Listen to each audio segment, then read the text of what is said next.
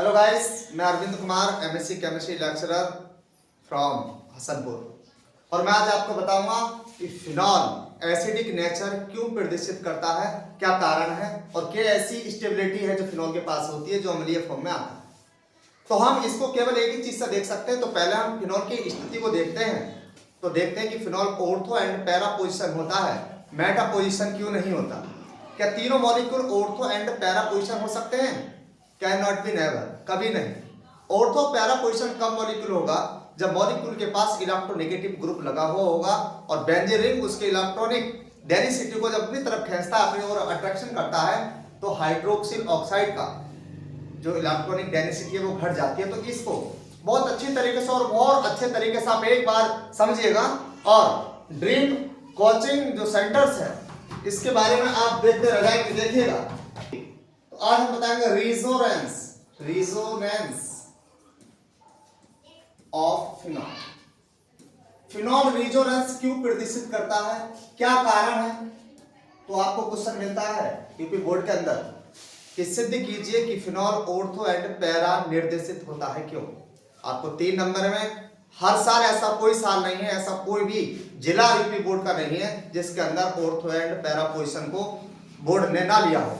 तो बहुत अच्छे तरीके से और बहुत सरल सुविधा के साथ मैं आपको बता रहा हूं, कृपया अच्छे तरीके से आप देखिएगा। तो पहले हम क्या करते हैं, पहले हम फिनॉल लेते हैं और फिनॉल यहां आप केवल स्टेरिकल से नहीं, केवल बॉन्डों से आप इसको प्रदर्शित करेंगे। ये आपके पास बेंजीन है और बेंजीन के पास OH ग्रुप है और OH के पास 2 लॉन पेयर ऑफ इलेक्ट्रॉन है। जब 2 लॉन पेयर ऑफ इलेक्ट्रॉन आ जाते हैं तो बेंजीन की डेंसिटी ज्यादा हो जाती है OH ग्रुप से। तो होता क्या है, इसके 2 लॉन पेयर को ये अपनी तरफ अट्रैक्शन कर लेता है।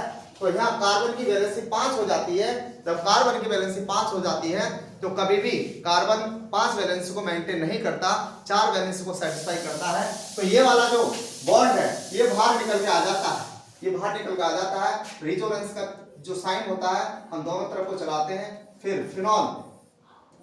अब देखिएगा बच्चों, जब ये चिन्ह यहां निकल के आ गया, ये डबल बॉन्ड सिंगल बॉन्ड में कन्वर्ट हुआ तो ये नेगेटिव चार्ज हमारे पास यहां आ गया।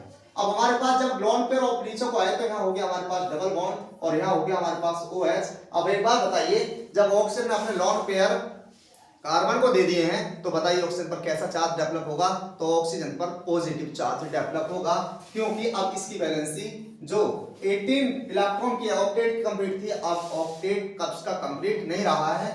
अब होगा क्या, इनसे हमारा कोई अब लेना देना नहीं होता। अब ये बॉन्ड यहां आएगा और ये बॉन्ड यहां आएगा। अगली पोजीशन क्या होगी ये देखिए, अगली पोजीशन क्या होगी, ये सिद्धिकरण में करा रहा हूं, प्रूफ करा रहा हूं कि ऑर्थो एंड पैरा जो होता है वो क्यों होता है। तो ये नेगेटिव चार्ज हमारे पास यहां आ गया और ये वाला बॉन्ड हमारे पास से यहां आ गया। अब हमारे पास OH पॉजिटिव ये बना।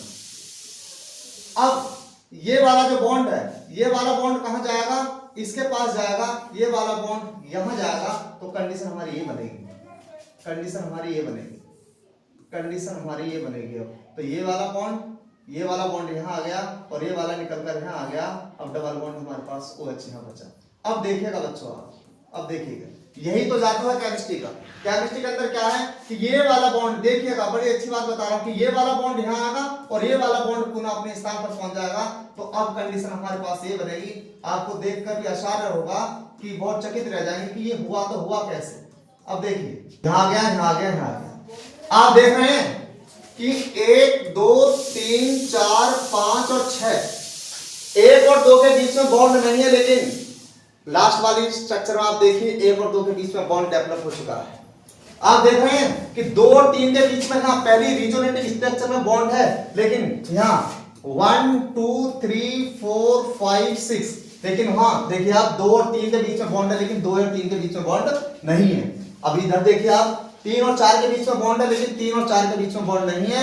यहाँ 5 और 6 के बीच में बॉन्ड नहीं था, तो लेकिन 5 और 6 के बीच में बॉन्ड डेवलप हो गया। इसका कारण क्या है कि रेजोनेंस में इलेक्ट्रॉन बॉन्ड जो होते हैं विस्थापन अभिक्रिया द्वारा डीलिकुलाइजेशन कर लेते हैं, यानी देशिक प्रभाव पूरे में घूमता है। ये रेजोनेटिंग स्ट्रक्चर फर्स्ट थी, ये रेजोनेटिंग स्ट्रक्चर सेकंड है, ये रेजोनेटिंग स्ट्रक्चर थर्ड है और ये रेजोनेटिंग स्ट्रक्चर हमारी फोर्थ है और ये हमारी रेजोनेटिंग स्ट्रक्चर फिफ्थ है। तो आपको पता होगा कि बेंजीन सबसे ज्यादा स्टेबल क्यों होती है, किसी भी ऑर्गेनिक कंपाउंड की जितनी रिजोनेटिंग स्ट्रक्चर बनती है उतना कंपाउंड वो ज्यादा स्टेबल हो जाता है, यही कारण है। तो ये सब काल्पनिक इमेजनरी है, ये सब हम प्रयोगशाला के अंदर प्रूफ नहीं कर सकते, बशर्ते कागज पर हम इसको प्रूफ कर सकते हैं, लेकिन इसकी समतुल्य स्ट्रक्चर जरूर बनाते हैं जो कि हमारे पास ये होती है। अब देखिएगा इसके अंदर पूरे रिंग के अंदर पूरा डिकोलाइजेशन हुआ है, यहाँ OH के पास भी गया है। अब देखिए नेगेटिव चार्ज कहाँ कहाँ आया है, नेगेटिव चार्ज यहाँ आया है, नेगेटिव चार्ज यहाँ आया है, अब नेगेटिव चार्ज यहाँ आया है। अब जब भी इलेक्ट्रोफाइल अटैक करेगा, जब भी इलेक्ट्रोफाइल अटैक करेगा प्लस के साथ माइनस का अटैक, या तो वो यहाँ अटैक करेगा या फिर वो यहाँ अटैक करेगा, इस पोजीशन पर अटैक नहीं करेगा। अगर बच्चे इस पोजीशन पर रिएक्शन कर देते हैं तो पूरी रिएक्शन उसकी गलत हो जाती है। यही कारण है कि फिनॉल जो होता है अम्लीय माध्यम के साथ साथ ऑर्थो एंड पैरा डायरेक्टिव होता है, यही हमें सिद्ध करना था। इसी तरह के जो कॉम्प्लेक्स कंपाउंड उनको सरल बनाने के लिए हमारे चैनल को सब्सक्राइब करें, लाइक करें, शेयर करें। जय हिंद।